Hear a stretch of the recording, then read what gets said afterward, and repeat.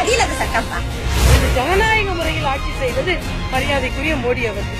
மோடி என்ன செஞ்சார் தமிழ்நாட்டுக்கு? என்ன பண்றார் மோடி? எவ்வளவு காலமா மாடு வளர்க்குறீங்க? நாங்க 20-30 வருஷமா வச்சிருக்கோம் மாடு. 30 வருஷமா வச்சிருக்கிறோம். 30 வருஷம் இந்த மாதிரி பஞ்சம் வந்ததே இல்ல. மனுஷாளுக்கும் வந்தது இல்ல, மாட்டுக்கும் வந்தது இல்ல. எங்களுக்குன்னா நிலம் இருக்கு. எங்களுக்கு இப்ப நிலம் இருந்து நான் நடன்னு சொன்னேன் என் பையனை. இல்லம்மா ஆத்துல தண்ணி வருது நட்டு போலான்ட்டு போய் சும்மா இருக்க முட்டாம போய் 4-5 முட்டை விதைய போட்டு 1 லட்சம் ரூபாய் செலவு பண்ணிவிட்டு அது நல்லா களை எடுத்து மறந்து போட்டோம். போர்லயே தண்ணி இல்ல, 2 போர்லயும் தண்ணி இல்ல. எங்களுக்கு 1 லட்சம் ரூபாய் நட்டோம். 1 லட்சம் ரூபாய் நட்டோம். ஒரு பயிர் கடை ஒண்ணு போட்டு விட்டோம். அந்த பயிர் கடனை அடன்னு இந்த பேங்குல இருந்து எங்களை புடுங்கி எடுக்கிறாங்க. அந்த பயிர் கடனை குடுக்கவே முடியல. இந்த விவசாயத்துக்குன்னு என் பேர்ல கொண்டுகிட்டு போய் 2 லட்சம் ரூபாய்க்கு நகை அடை வச்சுட்டேன். 1.5 லட்சம் ரூபாய்க்கு அந்த நகைய கொஞ்சம் நான் அந்த விவசாயத்துக்கு காசு பண்ணல. யார்கிட்ட இந்த மருமகிட்ட ஓசி நகை வாங்கிட்டு போய் அடை வச்சேன். அந்த அடை வச்ச நகைய போய் திருப்பலான்னு பார்த்தாக்கா சிஸ்டம் விட முட்டங்குது. திருப்பவே முடியாது. உன் கடனை அடைனாக்க இங்க பயிர கொட்டால போயிட்டு வயக்காட கொட்டால போயிட்டு எங்கிட்ட பயிர்கள் நடப்பேன். விவசாயிகளுக்கு ஆதரவாக மத்தியில் ஒரு ஆட்சி நடக்கிறது என்றால் அது பாரதிய ஜனதா கட்சி ஆட்சி. நாக்கு புடிங்கி தொங்குறது மாதிரி இருக்குங்க. எங்களுக்கு விவசாயக்காரங்களுக்கு பகுத்த எரியுதுங்க. ஆட்டுக்கும் வாங்க முடியல, மனுஷாலுக்கும் வாங்க முடியலங்க. எங்களுக்கு நாங்க 10 முட்டை 20 முட்டை அவிச்சு போட்டுக்கிட்டு நீங்க காப்பிடி போட்டு வடிச்சு சோறு தின்றுவீங்க. நாங்க இப்படி சோறு தின்போம். ஏன்னா அந்த உழைப்பு உழைக்கிறோம். நாங்க இவ்வளவு சொன்னாங்க வேற சோறு மட்டும்தான் திங்கிறோம்.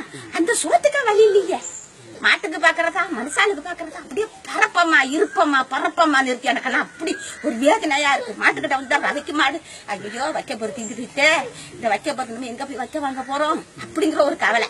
அங்க சோத்து பானைக்கிட்ட போனாக்கா ஐயோ 1 கிலோ அரிசிக்கு காசு இல்லையே. இப்ப எப்படி இந்த 1 கிலோ அரிசி 50 ரூபாய் வேணுமே, 60 ரூபாய் வேணுமே. எங்க போய் சம்பாதிக்கணும்? மாட்டை கலந்து விட்டனாக்கா மாசத்துக்கு 10,000க்கு விற்பேன்னு வச்சுங்க. எல்லா மாட்டுக்கு மாசம் 10,000க்கு பால் ஊத்துவேன்.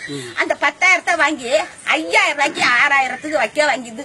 புண்ணாக்கு தீவனம் கருது, சோளமாவு, இந்த தீவனம் குச்சி தீவனம், தவிடு, இது புண்ணாக்கு எல்லாம் வாங்கி 50-60,000 50 ரூபாய்க்கு வாங்கிடுவேன். 5,000க்கு வாங்கிடுவேன். அதுல மிஞ்சுறது நான் 2,000-3,000 மிஞ்சும். அந்த 2,000-3,000 வச்சுக்கிட்டு நாங்க சோறு திங்கிறதா, மாட்டுக்கு லட்சக்கணக்கில் வைக்க வாங்கி போடுறதா, ஒரு 10,000-5,000 கூட வைக்க வாங்க முடியல சார். இந்த மாட்டு கேன்சர் அப்படிங்கிறாங்க. இத இப்ப 2-3 மாசமா இருக்கு. மாடு செனையா இருந்துச்சு கண்டுக்குட்டி போடுற அளவுக்கு. இத கொண்டு வித்தா அறுத்து போடுவாங்க. இப்ப விக்க வேணாம், அந்த காலத்தை ஏத்துக்க வேண்டாம் அப்படின்னு வச்சிருந்தோம். அந்த ஆணிக்குது அதோட புள்ள அந்த கண்டுக்குட்டி.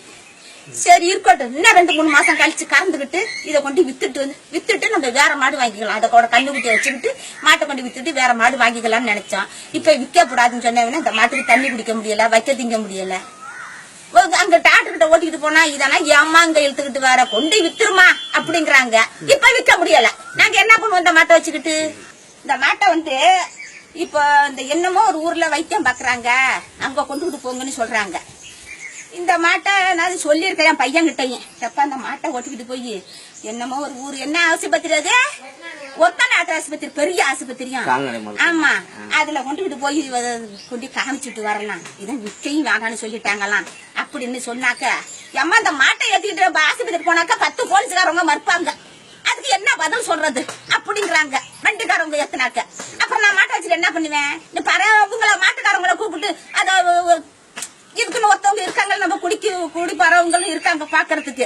அவங்க மூலியமா தூக்கி விடலாம். அவங்க மூலியமா தூக்கி விட்டாங்க. இன்னைக்கு 10,000 கேட்பாங்க. அந்த மாட்டை கொண்டுட்டு போய் நான் என்னமா பண்ணுவேன்? இதுக்கு குழி ஓட்டணும், அது பண்ணணும், இது பண்ணணும். 10,000 கேட்பாரு அந்த மாடு தூக்கிட்டு போறதுக்கு. நான் எங்க வச்சிருக்கேன் 10,000? நாங்க தான் ஜோத்துக்கா பூவா போடுறோமே, நாங்க எங்க அந்த 10,000 கொடுக்கறது? மத்திய அரசு மிருக பாதுகாப்பு சட்டத்தை நெறிப்படுத்தி இருக்கிறார்கள், வரைமுறைப்படுத்தி இருக்கிறார்கள். ஆட்டுக்கறி திங்கப்படாதுனாக்கா அவங்க திங்கிறவங்க தின்னு தனையா ஆகணும். இப்ப நம்ம ஆட்டுக்கறியை திங்கிறோம், அவங்க மாட்டுக்கறி திணி பழகிட்டாங்க. அவங்க உள்ள உணவை அவங்க சாப்பிட்டு தானே ஆகணும். நம்ம ஆட்டுக்கறி நீ திங்காதனா நம்ம திங்காம இருப்போமா? எல்லாரும் திங்கிறாங்க. அப்புறம் அவங்க உபயோகப்படுத்துறது அவங்க தின்னு தானே ஆகணும். அது திங்காத அப்படின்னாக்கா மனுஷாலங்கட்ட மாடு என்ன பெருசா? மனிதால் உயிர் வேணும் இல்ல, அவங்க அதைத்தான் தின்னு வளரணும், அதைத்தான் திம்பாங்க. அதை திங்கப்படாதுன்னா அவங்க செத்து போயிடுறாங்க. அப்ப என்ன செய்வாங்க? அந்த மாட்டை வச்சுக்கிட்டு மனுஷாலு முடிஞ்ச வரைக்கும் சம்பாரிச்சு சாப்பிடணும். நம்ம வயசான செத்து தானே போறோம். அந்த மாதிரி செத்து போயிட்டா நாங்க என்ன பண்றது? வீட்டுல போட்டுக்கிட்டு என்ன பண்றது? அப்புறம் அதை கொண்டு வித்தா தானே அது காசு நம்மள வச்சிருக்காங்க சுடுகாட்டுக்கு தூக்காம. இது நான் புள்ள மாதிரி வளர்த்தேன். எங்க அம்மா இது நான் விட மாட்டேன்னு சொல்லி வீட்டுக்குள்ள பொட்டி வைக்கிறாங்களா? நம்மளி படி காட்டுல தானே போடுறாங்க. அந்த மாதிரி இதுக்கு எனக்கு தேவை வரைக்கும் நாங்க வச்சிருப்போம். தேவையானது போது நாங்க கொண்டு விட்டுருவோம். மாடுகளை பராமரிக்க முடியல, வத்தன கறவையை விற்கிறாங்க, வயதான மாடுகளை விற்கிறாங்கன்னா அதை பராமரிப்பதற்கு கோசாலைகள் அமைக்கப்பட வேண்டும். அரசு என்ன சொல்லுதுன்னா, உங்களால வளர்க்க முடியல, அது பண்ண முடியலன்னா வந்து கோசாலையில விட்டுருங்க, எங்கள்கிட்ட விட்டுருங்க அப்படின்னு சொல்லுது. நாங்க காசு கொடுப்பீங்களா? நாங்க எப்படி சும்மா கொடுப்போம்? எப்படி நாங்க புள்ள மாதிரி வளர்க்கணும்? இதை என்னென்னமோ பண்றோம், பறிக்கிறோம். எங்களால வளர்க்க முடியல, உங்ககிட்ட ஓசில நாங்க ஓட்டி விடுவோம். எங்களுக்குள்ள காசு கொடுத்தா நாங்க ஓட்டி விடுவோம். இப்ப நாங்க சந்தையில கொண்டு விக்கிறோம், சும்மாயா கொண்டு விக்கிறோம்? காசு கொடுத்தா தானே நாங்க மாடு ஓட்டி விடுறோம். மத்திய அரசு நேற்று மிக தெளிவான தனது அறிக்கையை கொடுத்திருக்கிறார்கள். இது சந்தையில் விற்கப்படும் மாடுகளுக்கும் மிருகங்களுக்கும் கொண்டு வந்த வழிமுறை. இதெல்லாம் சரியில்லாத சட்டம்ப்பா. மோடி என்ன செஞ்சார் தமிழ்நாட்டுக்கு? என்ன பண்றாரு மோடி? ஒண்ணுமே பண்ணல மோடி. இந்த மாதிரி குறுக்கோட்ட வழியில தான் ஏதாவது முட்டைக்கட்டை போட்டுக்கிட்டு தர்றாரு. இந்த ஜனநாயக முறையில் ஆட்சி செய்வது மரியாதைக்குரிய மோடி அவர்கள். யாராச்சும் சூறு கலப்பி விட்டுக்கிட்டு அது இந்த சட்டம் கொண்டாரு, அந்த சட்டம் கொண்டு வரேன், அது பண்றேன், இது பண்றேன்னு அதுதான் செய்யறாரு. ஏன் தமிழ்நாட்டுக்கு இந்த எவ்வளவு மூத்தரத்தை கூட குடிச்சானுவங்க. அந்த கடன் தள்ளுபடி பண்ணாரா? பேங்க் கடன் தள்ளுபடி பண்ணாரா? மூத்தரத்தை குடிச்சா நம்ம கொடுப்பாமா? மூத்தரத்தை அவங்க வயிற்று வலி, அதனால உன் கண்ணு கேட்க மூத்தரத்தை குடிச்சானுவல்ல. அந்த பேங்க் தள்ளலாம் தானே, பேங்க் கடனை தள்ளலாம் தானே. ஏன் ஒரு தள்ளல? இதுக்கு நேரம் ட்ரெயினை வரைச்சோம். என்ன செஞ்சாரு? இங்க இருந்து திருப்பி கல்யாணம் மண்டபத்தை விட்டாரு, வீட்டுக்கு வந்துட்டோம். அவ்வளவுதான், சரியா போயிட்டு. எவ்வளவு விவசாயக்காரங்க எவ்வளவு என்னென்ன செய்ய முடியுமோ செஞ்சு பார்த்துட்டோம். மோடி ஒண்ணுக்குமே அசையல. அப்புறம் என்ன சொல்றது? மோடி நல்ல ஒரு சொல்ல முடியும்?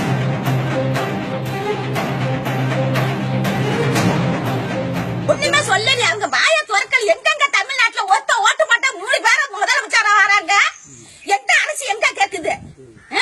ஒருத்த அம்மா ஓட்டு வாங்கிச்சு 3 முதலமைச்சர் இந்த நாட்டுக்கு, தமிழ்நாட்டுக்கு 3 முதலமைச்சர். முதலமைச்சர் என்ன பண்ண?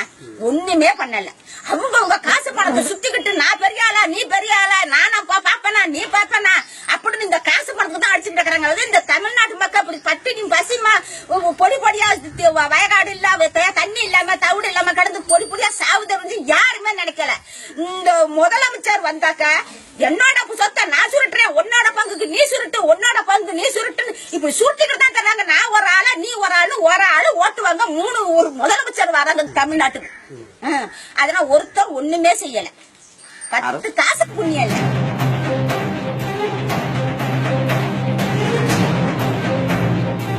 இது இருக்கா வரைக்கும் வச்சு இருப்பேன். சத்து பேத்துல மெடிக்கல் ரோட்ல கொண்டு போட்டு வந்துருவேன். என் மாடு நைட்டோட நைட்டு கொண்டு தள்ளி விட்டுட்டு வந்துடுறேன். அப்படியே போலீஸ்காரங்க வந்து என்ன கேட்கட்டும், ஏமா இந்த மாட்டை கொண்டு அங்க போட்டோன்னு. அப்ப இந்த மாட்டை வச்சு நான் என்ன பண்ணுவேன்? இவ்வளவு பெரிய மாட்டுக்கு புல்ராசர் வரணும் நோன்றதுக்கு. கோழி வர ஊடி இங்க குறைக்க விட மாட்டாங்க. அப்புறம் நான் என்ன பண்ணுவேன்? இந்த மாட்டை செத்து படக்க மாட்டை வீட்டுக்குள்ளே வச்சுக்கிட்டு இருப்பாங்க. நாங்க கொண்டு ரோட்ல தூக்கி வச்சுட்டு வந்துருவோம். நாரிக்கிட்டு கிடங்க எல்லாரும் சேர்ந்து. அப்புறம் மாடு விற்க மாட்டானாக்க எங்கிட்ட போய் மாடு விற்கிறது?